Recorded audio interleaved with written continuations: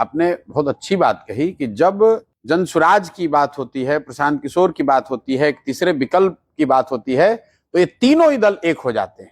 ये आपने कहा, मैंने नहीं कहा। क्यों हो जाते हैं? क्योंकि इन दोनों फॉर्मेशंस को, नीतीश भाजपा को और लालू को, इनको राजनीतिक मुफ्तखोरी की आदत लग गई है बिहार में। बिहार में एक बहुत बड़ा तबका जो लालू जी को वोट देता है, वो लालू जी को वोट नहीं देता है, वो सिर्फ और सिर्फ भाजपा नीतीश के डर से लालू जी को वोट देता है। जैसे मुसलमानों का एक बड़ा तबका है, 18% उनकी आबादी है, वो लोग लालू जी को पसंद करते हो ऐसी बात नहीं है। उनको मालूम है कि राजद ने, लालू जी की पार्टी ने, तेजस्वी ने मुसलमानों का हक नहीं दिया है, उनको भागीदारी नहीं दी है, मुस्लिम बच्चों के लिए पढ़ाई रोजगार की व्यवस्था नहीं की, उनकी तरक्की की बात नहीं की, सिर्फ भाजपा का डर दिखाकर वोट लेते रहे। ये बात उनको मालूम है, बावजूद इसके वो जाकर लालू जी को वोट इसलिए देते हैं क्योंकि उनके पास कोई विकल्प नहीं है, भाजपा को वोट दे नहीं सकते हैं। इसी तरीके से एक बहुत बड़ा समाज का तबका ऐसा है जो नीतीश और भाजपा से उसको कोई लेना देना नहीं है, वो उनको वोट नहीं देना चाहता है। वो परेशान है यहाँ के नीतीश के भ्रष्टाचार से, जमीन के सर्वे से, प्रीपेड मीटर से, यहाँ के ध्वस्त शिक्षा व्यवस्था से, पलायन से।